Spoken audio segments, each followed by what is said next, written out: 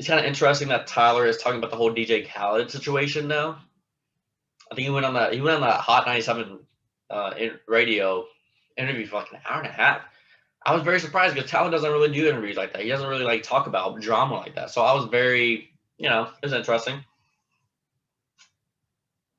Like I'm a fan of people who instead of talk about the drama, just kind of move on from it because I feel like that's even more baller. I feel like that's even more gangster. Just being like, when the beef is happening, but you're not even like paying attention to it, but you're a part of it, but you're just like ignoring it. That's so awesome. I love that.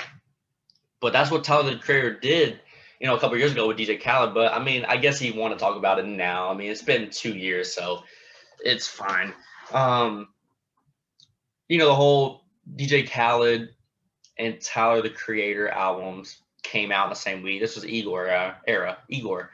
And Tyler beat DJ Khaled for the #1 spot. That was when it was like, wow, Tyler has an audience. Because, DJ Khaled, this icon, even though some people think he's corny, but at the same time, the man's an icon. He's been around hip-hop since 2003, 2005. So it was just very surprising, seeing as if, like, Igor wasn't, like, super poppy or rap. It wasn't super rappy. It wasn't super poppy. DJ Khaled was very poppy and very rappy. So, and then DJ Khaled, I remember, recorded videos like, no one's listening to this Tyler the Creator album in the clubs or in the car, blah, blah, blah. And that kind of really bothered me too. That bothered Tyler. Like, I didn't like that at all.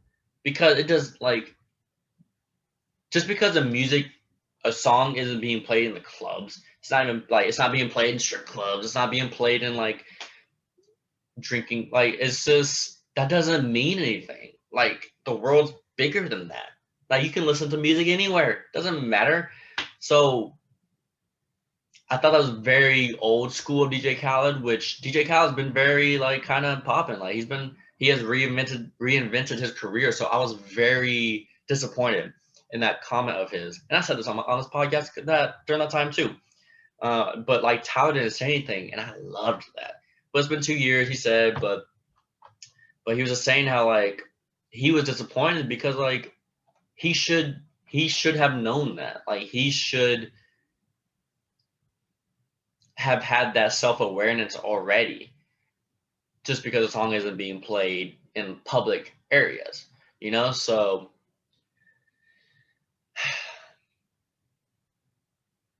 Tyler even was like, yeah, DJ Khaled, that's his, like, identity, to be #1. No one cares about, like, #1 albums anymore. Like, that game is so ugly. I know, like, the Migos thought they were gonna lose to some other album that came out during that week, and they, like, added, like, 6 more songs real quick. Very trash songs, by the way.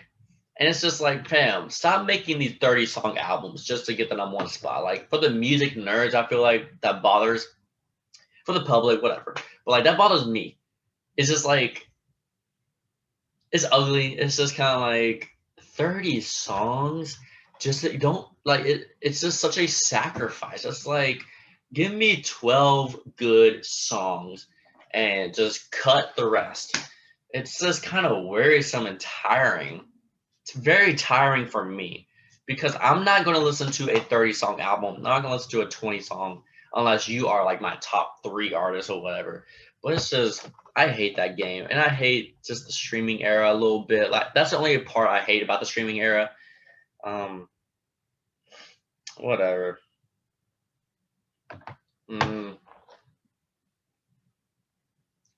Yeah, I don't know. I get the game, but it's ugly sometimes. What else?